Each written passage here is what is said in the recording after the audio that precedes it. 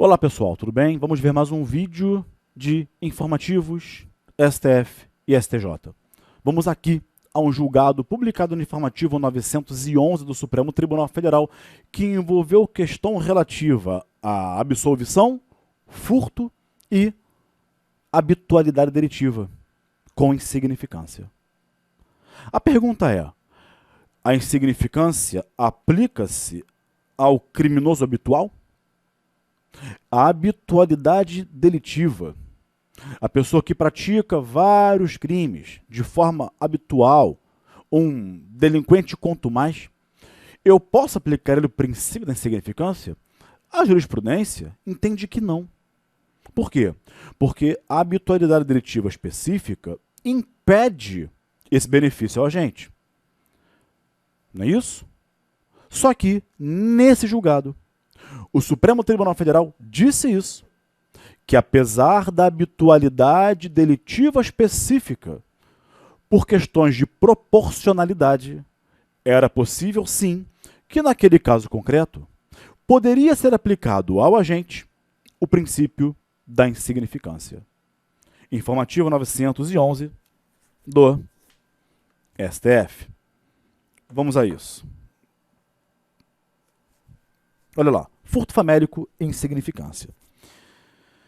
Já não começa com um título lá muito técnico, por quê? Porque na teoria do crime, do conceito analítico de crime, a insignificância incide ali na tipicidade material, dentro do fato típico.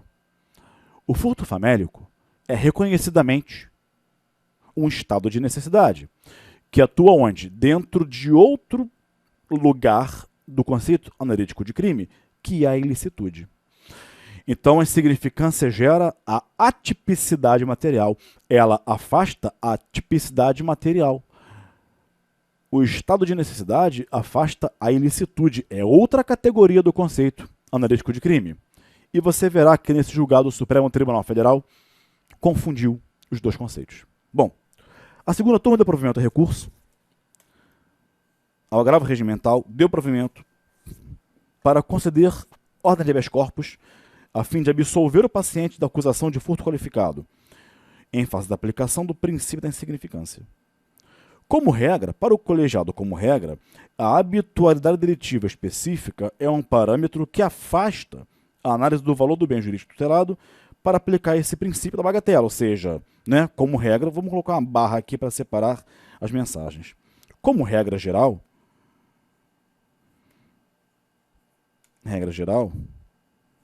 a habitualidade delitiva não permite a aplicação da insignificância. Ok.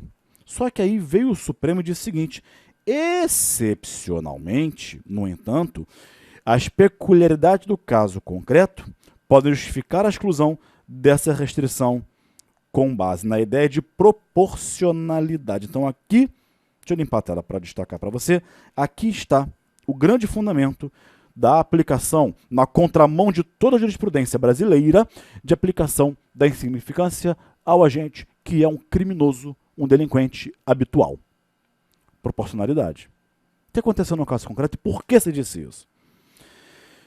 É justamente a situação dos autos. Furto de um galo, 4 galinhas caipiras, 1 galinha garnizé e 3 quilos de feijão, bens avaliados em pouco mais de R$100, ou seja, lembra do antigo caso que todo professor na faculdade falou, do famoso ladrão de galinha?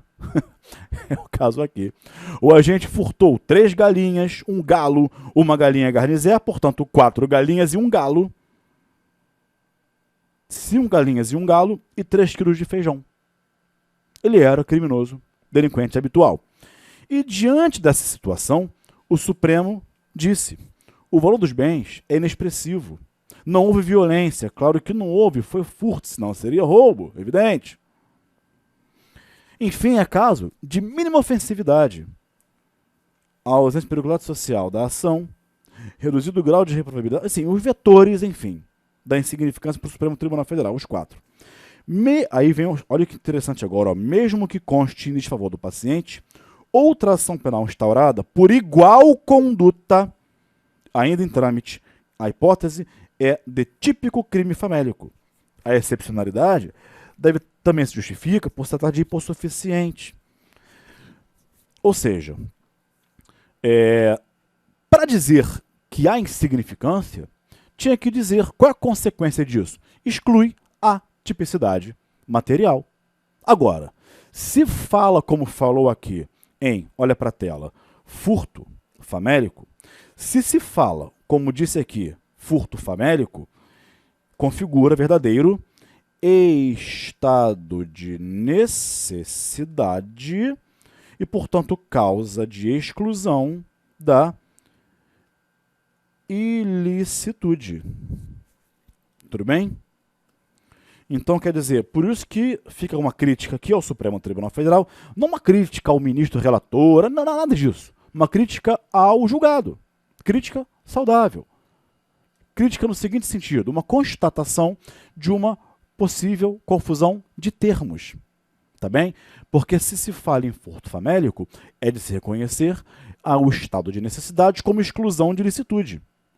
De outro giro, se fala de princípio da insignificância, eu tenho consequência qual? Exclusão da tipicidade material. Enfim, seja um, seja outro, o Supremo excluiu o crime aqui, com base no princípio da proporcionalidade, por se tratar de um caso específico. Tá bem? Um abraço e até o próximo vídeo.